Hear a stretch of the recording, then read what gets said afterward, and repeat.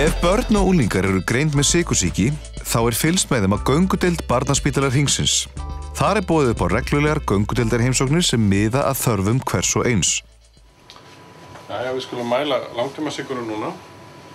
Á göngudeildinni eru framkvæmdar alls konar mælingar, til dæmis á langtíma blóðsykurskildi og blóðsykurstjórnun, og svo insúlín meðferð metin fyrir hvern og einn.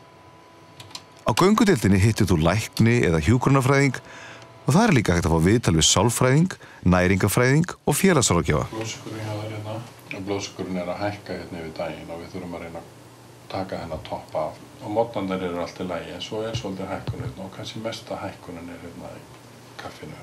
Það svona tvær ástæður fyrir því oft að það hátt hérna. Mjög algeng ástæða að maður gleymir að taka insúlínu. Og hinn ástæðan væri þá að skammtarnir sem maður að taka eru kannski ekki alveg réttir.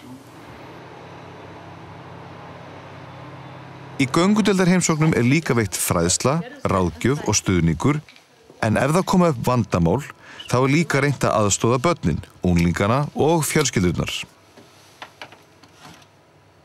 Göngudeildin reynir líka að veita fræðslu og ráðgjöf sykursýki til skóla, leikskóla og tómstundafélaga. Þetta hérna meðaltalið.